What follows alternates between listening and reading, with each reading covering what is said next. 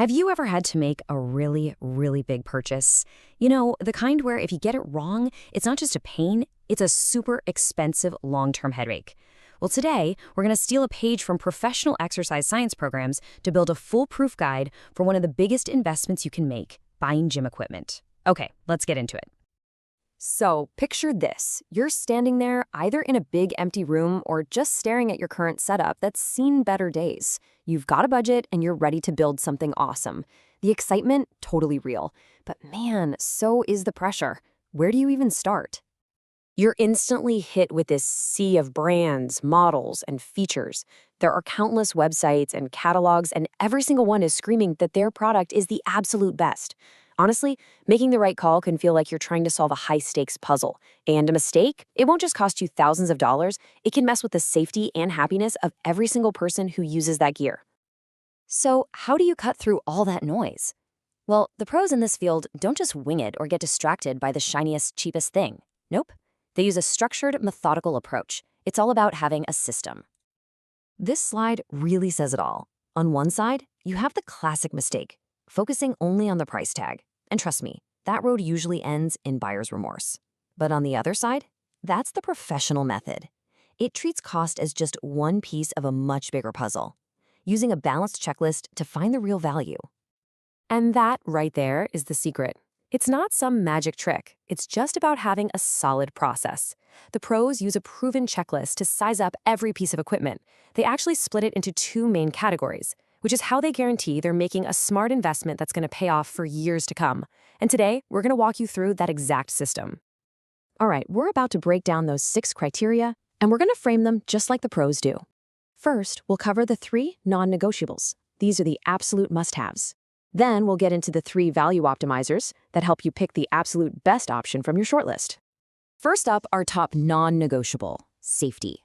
This is, without a doubt, the foundation of everything. There is zero compromise here. If a piece of equipment isn't safe, nothing else matters. End of story. So what exactly are we looking for? We're talking about things like solid, sturdy construction, guards over any pinch points on weight stacks, emergency stop buttons on treadmills, and locking pins for adjustments that you know are secure. The bottom line is this. The gear has to be designed to protect the user, even when they're pushing themselves to the absolute limit. Okay, building right on top of that foundation of safety, we get to our second non-negotiable, durability. And this is where you really need to shift your thinking from just being a shopper to being an investor. I mean, think about it. Is this machine built to take a beating from hundreds of users week in and week out for years? You got to look at the quality of the welds, check the thickness of the steel frame, see what grade the cables are, and even feel the tear resistance of the upholstery. A cheap machine that dies in a year is way more expensive than a quality one that lasts a decade. And that brings us to our third and final non-negotiable, adjustability. Because let's be real, a piece of equipment is only useful if the people it's meant for can actually use it properly. The people using your gym will come in all shapes and sizes. You might have a 5-foot-tall beginner and a 6.5-foot-tall pro athlete using the same machine on the same day. Can it accommodate both of them? You want to look for a really wide range of seat settings, arm positions, and weight stacks. Great adjustability means the equipment serves the biggest possible audience both safely and effectively. Okay, so once a piece of equipment passes those 3 essential checks, we can move on to the value optimizers. And our first one is ease of use. Think about it. If a machine looks like the cockpit of a spaceship, most people are just going to look at it and walk right on by. Simplicity is so important here. How easy is it to figure out? Are the adjustment points clearly marked, maybe with bright colors? Is the movement pattern obvious? Complicated gear leads to one of 2 bad outcomes. People use it with terrible form, which is dangerous, or they just avoid it completely, which makes it a total waste of money. All right, our second value optimizer is a big one, and it's one that people often forget about until it's way too late: maintenance requirements.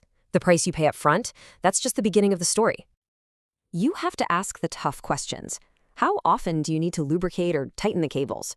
Are replacement parts easy to get, and are they affordable? Does it need a certified technician to come out for even basic service? High-maintenance equipment can seriously become a black hole for your time and your budget.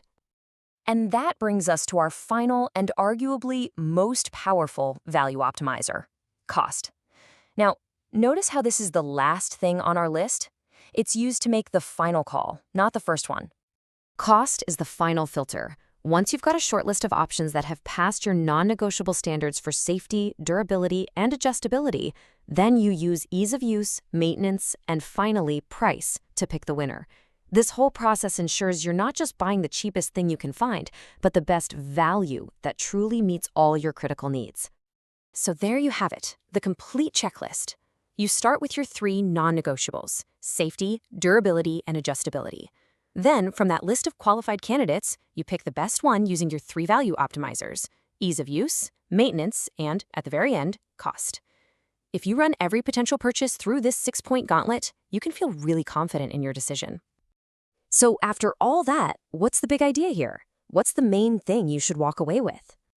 At the end of the day, what this checklist really gives you is a repeatable process, and a good process almost always leads to a good outcome.